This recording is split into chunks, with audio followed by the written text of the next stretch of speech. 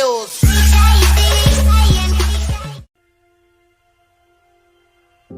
Andy Grove wrote, he was the founder and CEO of Intel. And he said, my day ends when I'm tired and ready to go home, not when I'm done, because I am never done. And when you truly realize just how valuable a single minute is, money, we can lose it and make it back again. Our health, we can get sick and get healthy again.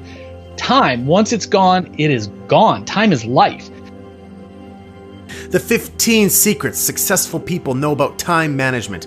The productivity habits of 7 billionaires, 13 Olympic athletes, 29 straight-A students, and 239 entrepreneurs. Golden nugget number 1. Time is your most valuable and scarcest resource. Hey, 1440 is the number that can change your life. And that number is the number of minutes we all have in a single day.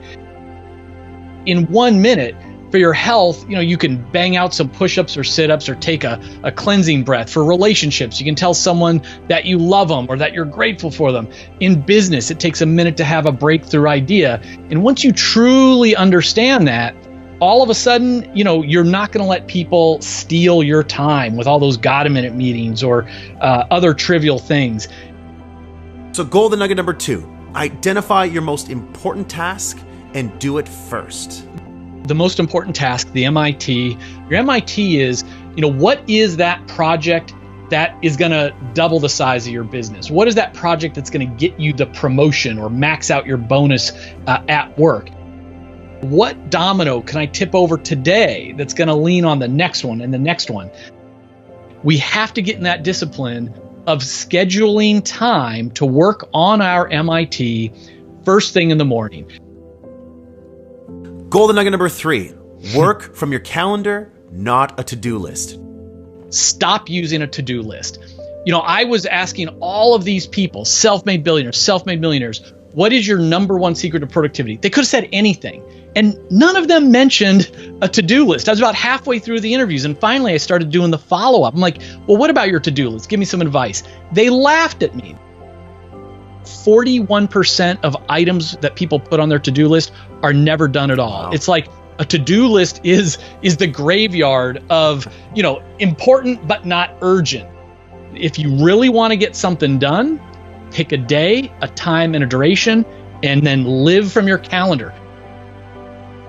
Golden nugget number 4, to overcome procrastination, beat your future self.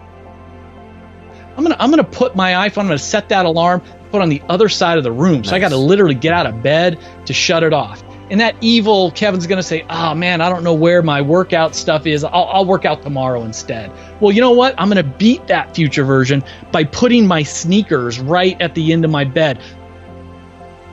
Golden nugget number 5, there will always be more to do. One of the things that I learned from interviewing all these people is they have this sense in their bones, like there will always be more to do. My day ends when I'm tired and ready to go home, not when I'm done, because I am never done. Maybe, maybe we've decided that we're going to work a 10-hour day or a 12-hour day or a 6-hour day. Whatever you decide, be intentional about it, and then realize you've allocated other minutes for your health, which is gym time. You've allocated other minutes for your relationship, including date night or time with your kids. Golden nugget number 6, always carry a notebook. Everybody I spoke to talked about carrying a notebook. Richard Branson has written about it over and over again. He says the single most important possession is his little notebook. Yeah, and one of the things that David Allen always says that our minds are best used for processing different ideas, not to hold on to information. You'd be surprised when you start carrying around a notebook with you just how much information comes into your mind that you want to capture. Golden nugget number 7, control your inbox.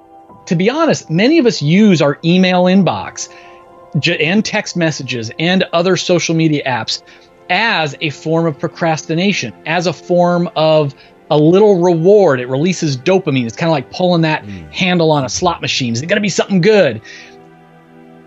Shut off the notifications on your phone on everything. It's okay to go to email or messages and all of that, but do it when you want to do it, not because someone else is calling you, kind of like Pavlov's dog, ringing a bell and I'm reaching for my phone.